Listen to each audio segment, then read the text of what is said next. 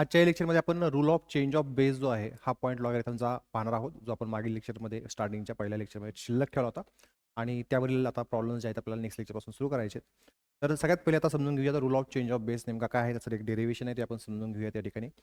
Suppose आपल्याला एखादी लॉगची term आहे, त्याच्या बेसमध्ये व्हॅल्यू आहे 10, ठीक आहे, म्हणजे log x to the base 10 आहे. आता प्रत्येक वेळेस आपल्याला बेस 10 हवा आहे का? नाही, आपला दुसराही बेस त्याची गरज पडू शकते. मग याला आपल्याला कन्व्हर्ट करायचं दुसऱ्या बेसमध्ये, तर त्यासाठी आपण rule of change of base जो आहे तो वापरतो. मग त्याचा फॉर्म्युला कसा येतो, काय आहे, तर ते आता आपण पाहणार आहोत. ठीक आहे, समजा आता ही टर्म जी आहे याचा आपल्याला हा जो बेस 10 आहे तो काय करायचा आहे, चेंज करायचा आहे. मग सपोज आपल्याला त्याला कन्व्हर्ट करायचं आहे, या ठिकाणी 10च्या ऐवजी आपल्याला बेस समजा घ्यायचा आहे 2. ठीक आहे, मग आपल्याला काय हवं पाहिजे, मी तुम्हाला सांगितलं log x to the base 2, म्हणजे फक्त हा 10 जो आहे त्याचा बेस आपल्याला चेंज करायचा आहे, जो आपल्याला 2 करायचा आहे.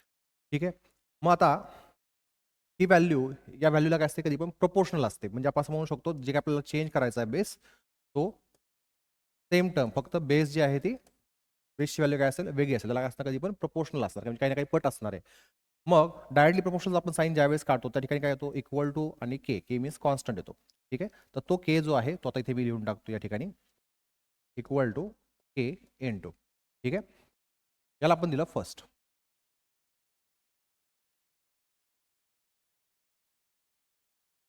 आता या इक्वेशनमध्ये आपल्याला काय करायचं, सगळ्यात पहिले एक व्हॅल्यू पुट करायची. तुम्ही कोणती पुट करू शकता, आपण इथे समजा 2 पुट केला, एक्सची व्हॅल्यू काय केली 2 पुट केली, जेणेकरून आता याला आपण सॉल्व्ह केल्यानंतर आपल्याला काय मिळेल, के ची किंमत मिळेल. मग ती के ची किंमत आपण परत या इक्वेशनमध्ये पुट करणार. ठीक आहे, मग इथे लिहिलं आपण put X equal to 2 in equation first. या फर्स्ट इक्वेशनमध्ये या एक्स आणि या एक्सच्या ठिकाणी आपल्याला व्हॅल्यू पुट करायची आहे 2. मग आपण इथे लिहिला लॉग 2 टू द बेस 2. या ठिकाणी एक्सच्या ठिकाणी आपण 2 ठेवला, हा 2 ऑलरेडी आहे तो लिहिला, इक्वल टू आहे के इन टू लॉग एक्स, एक्सची व्हॅल्यू त्यावेळेस आहे 2 टू द बेस 10. आता आपल्याला माहिती आहे log A to the base a असेल त्याची व्हॅल्यू काय ते 1, जसं इथे 2 आहे, म्हणजेच काय log A to the base एच्या फॉर्मॅटमध्ये ही टर्म आहे, याची व्हॅल्यू काय होणार 1 होणार. म्हणजे नेक्स्ट स्टेपमध्ये आपण या ठिकाणी आता लिहिणार 1. ठीक आहे, 1 इक्वल टू आला मग a into log of 2 to the base 10. या ठिकाणी आपण फॉर्म्युला वापरलेला आहे log A to the base a equal to 1. आता ही टर्म जी आहे लॉग 2 टू द बेस 10 कशी येते, मल्टिप्लाय आहे, इकडे काय होईल डिवाइड होईल. म्हणजे आपण इथे लिहू शकतो नेक्स्ट स्टेपमध्ये therefore A equal to 1 by log of 2 to the base 10. तर ही व्हॅल्यू कशाची बनली, के ची व्हॅल्यू बनली. तर ही व्हॅल्यू आपल्याला काय करायची आहे, या इक्वेशन फर्स्टमध्ये पुट करायची आहे. मग इथे आपण लिहूयात put K equal to 1 by log of 2 to the base 10 in equation first. मग इक्वेशन फर्स्टमध्ये पुट केल्यानंतर इक्वेशन काय बनेल पहा, log x to the base 2 equal to या केच्या ठिकाणी ही व्हॅल्यू आता आपण पुट करतोय, इथे येईल मग 1 by log of 2 to the base 10 into log x to the base 10. मग नेक्स्ट स्टेपमध्ये ही term as it is log x to the base 2 equal to, तर log x to the base 10 हा 1ला आपण काय केला मल्टिप्लाय केला, म्हणजे ही टर्म कुठे येईल या ठिकाणी येईल. म्हणजे इथे येईल आता log x to the base 10 divide by log 2 to the base 10. तर या ठिकाणी झालेलं आहे कन्व्हर्जन. कशाचं, बेस 10ची जी व्हॅल्यू होती त्यात आपण बेस चेंज केला आहे लॉग 2 या बेसमध्ये. ठीक आहे, तर हा एक प्रकारे फॉर्म्युला आहे. काय केले पाहता, हा एक्स जो आहे तो इथे आहे, हा 2 जो आहे तो इथे आहे, बेसमध्ये आहे 10. म्हणजे जर बेसमध्ये 10 असेल तर आपल्याला कन्वर्ट करायचं असेल तर आपण असंही लिहू शकतो, किंवा याचा वापर आपण असाही लिहिण्यासाठी करू शकतो. त्याला फॉर्म्युलाच्या फॉर्मॅटमध्ये लिहिण्यासाठी समजा आपल्याला या ठिकाणी बेस जो आहे हा सपोज ए दिलेला आहे आणि इथला जो बेस आहे तो सपोज बी आहे. ठीक आहे, मग त्याला आपण कसं लिहू शकतो पहा,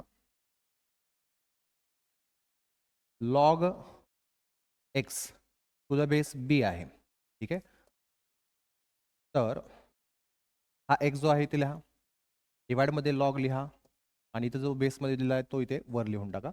आता या दोन्हींचा बेस आपल्याला लावायचा आहे ए. ठीक आहे, म्हणजे 10च्या जागी आपण काय केला ए केला. म्हणजे आता कोणताही प्रॉब्लेम असला ज्याच्यामध्ये समजा तुम्हाला या ठिकाणी 2 टर्म्स आहेत, या ठिकाणी हे दोन्ही टर्म्स कशा आहेत समजा वेगवेगळ्या आहेत, म्हणजे तुम्हाला हा बेस चेंज करायचा आहे याचा. आता कुठं करायचा, काय करायचा प्रॉब्लेम आहे तुम्हाला मी सांगेल. ठीक आहे. कोणत्या प्रॉब्लेमला वापरायचा हा रूल, कुठं वापरायचा नाही ते तुम्हाला लगेचच कळून जाईल नंतर प्रॅक्टिस सुरू झाली की.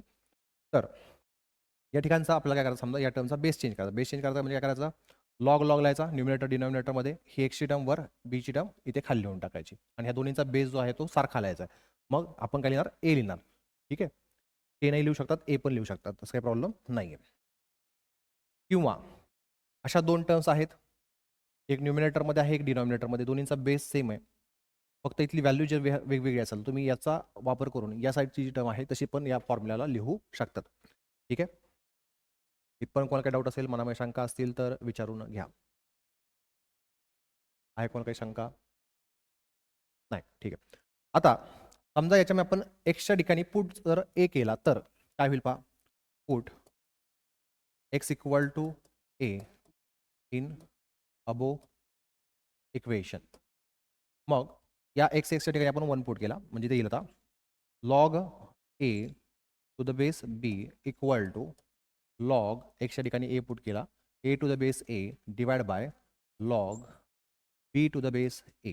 याची व्हॅल्यू काय होईल, 1 होईल. ठीक आहे. म्हणजेच log A to the base b equal to 1 by log b to the base a येईल.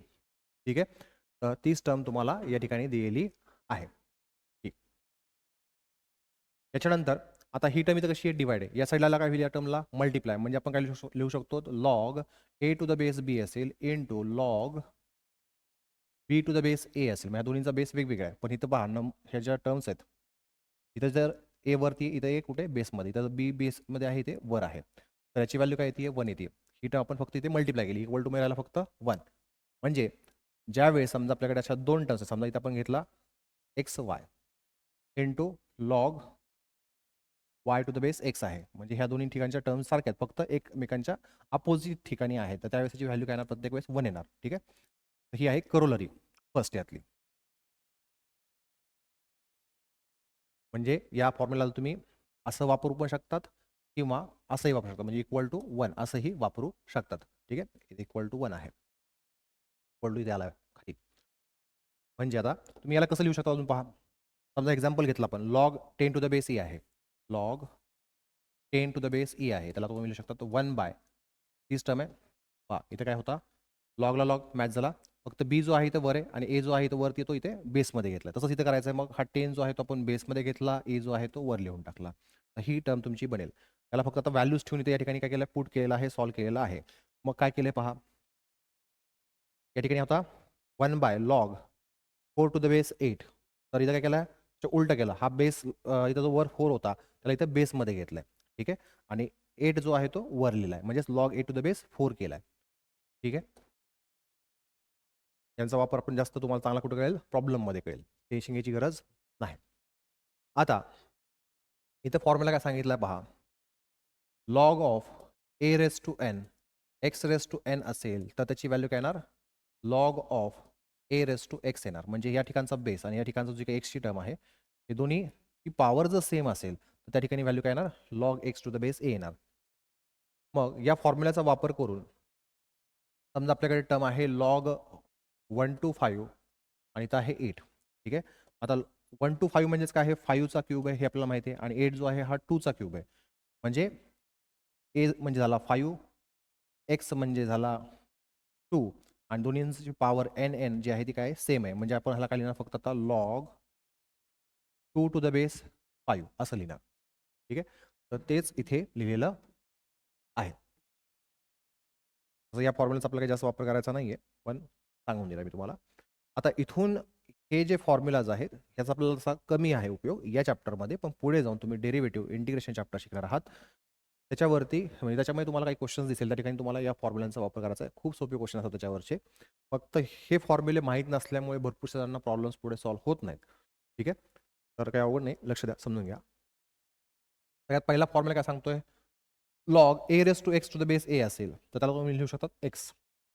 म्हणजे समजा असं आहे आपल्याकडे, log 10 to the power X आहे, किंवा इथं 2 आहे, 3 आहे, आणि इथं पण बेसमध्ये काय आहे 10 आहे. म्हणजे इथला आणि इथला नंबर सेम आहे, आणि फक्त वरती इथं जो नंबर आहे तो तुम्हाला काय करायचा आहे, लिहायचा आहे. ठीक आहे. तो इथे असेल तोच नंबर लिहायचा आहे, त्याचा आन्सरच तेवढा असणार आहे.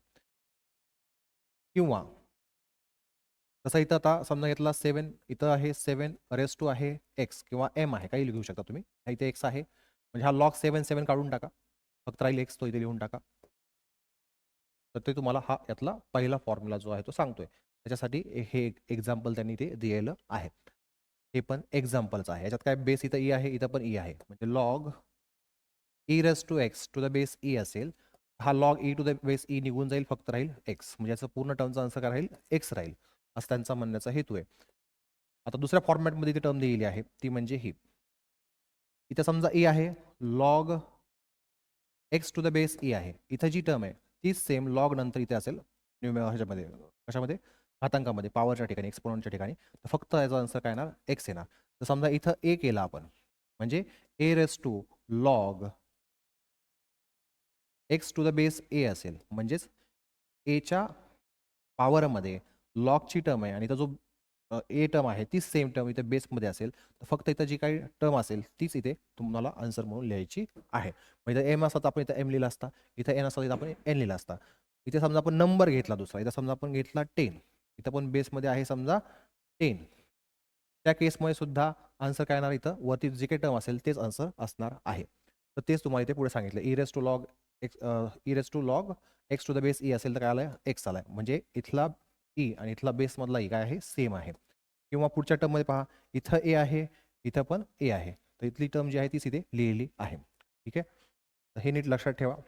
Log a equal to log b आहे. असं आपण कधी म्हणू शकतो ज्यावेळेस ए आणि बी जे आहेत हे इक्वल आहेत. त्यावेळेसच आपण म्हणू शकतो log a equal to log b. ठीक आहे. आता काय करायचं तुम्हाला? हेडिंग टाकायची आहे rule of change of base आणि त्याच्यामध्ये हा फॉर्म्युला लिहायचा आहे. इथे जो आहे तो हा एवढाच फक्त फॉर्म्युला लिहायचा आहे. हा पटकन लिहून घ्या. हेडिंग टाकून तेवढा फक्त बॉक्समधला फॉर्म्युला, डेरिव्हेशन लिहायची काही गरज नाही. आणि हा जो दिसतोय तुम्हाला पार्ट हा सगळा लिहून घ्यायचा आहे. आपला आजचं लेक्चर इथं संपलेलं आहे. आपण आता भेटूयात नेक्स्ट लेक्चरमध्ये. यूट्यूबला पाहताय त्यांसाठी एक इम्पॉर्टंट व्हिडिओची लिंक डिस्क्रिप्शनमध्ये दिली आहे. ती व्हिडिओ तुम्ही पाहून घ्या. या व्हिडिओला लाईक करा, मित्रांना शेअर करायला विसरू नका. पुढच्या लेक्चरमध्ये आपण याच्यावरील प्रॉब्लेम जे आहे ते सुरू करणार आहोत. पुढच्या लेक्चरपासून आपण या पॉईंटवरचे प्रॉब्लेम जे आहे ते सुरू करणार आहेत. मिक्स प्रॉब्लेम असेल.